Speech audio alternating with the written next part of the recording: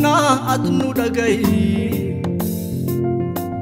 nu jalan challisin biya Kenya atikai Sitti Iyyina siwa manna adnu dagai nu jalan challisin saba Kenya atikai Garu lale siwa manna nuto walintani garu lale sikadan nuto walintani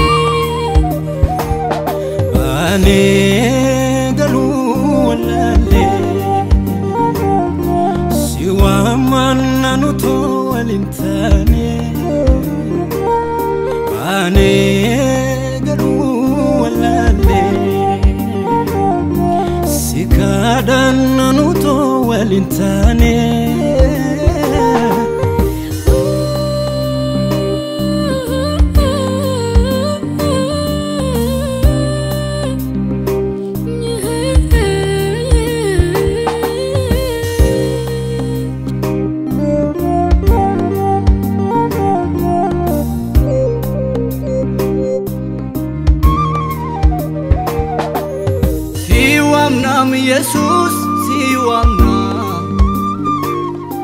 sinala jirenya malkamna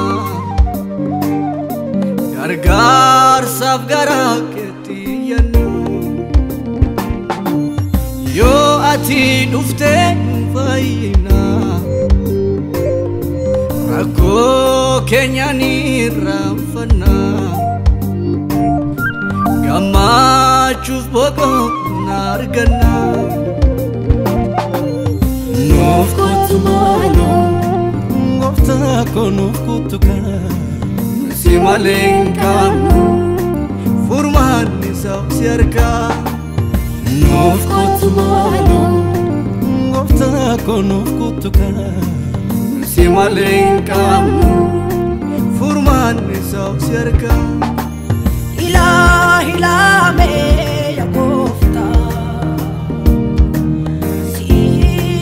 Sani enyuwamu Jirumbi ya horma bitada Ibatin jiret dam sanamu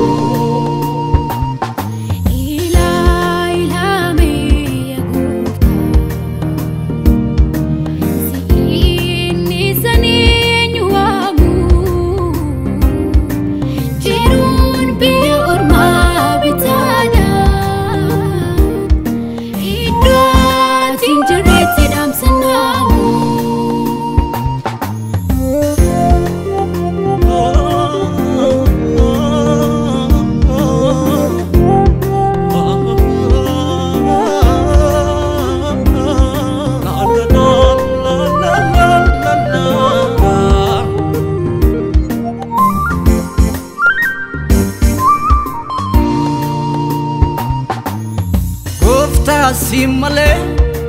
furmatan kamu Edaketin alas banengalu Agau malu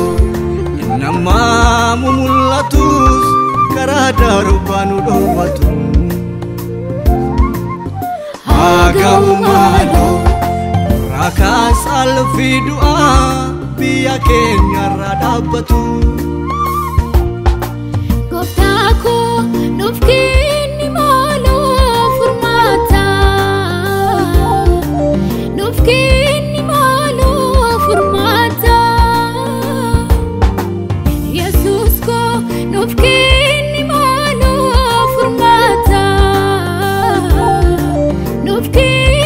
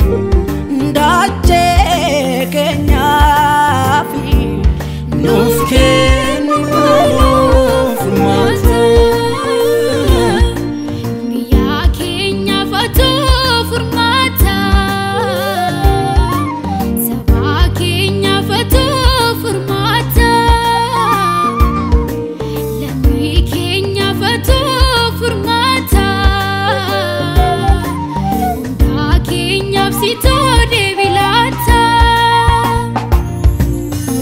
Ani biyyicha keessatti nagaan hambuusa isinis hin boqottu wanti isin sodaachisu hin jiru ani bineensa hamaa biyyicha keessaan hambaasa billaanis biyya keessanitti hin dhufu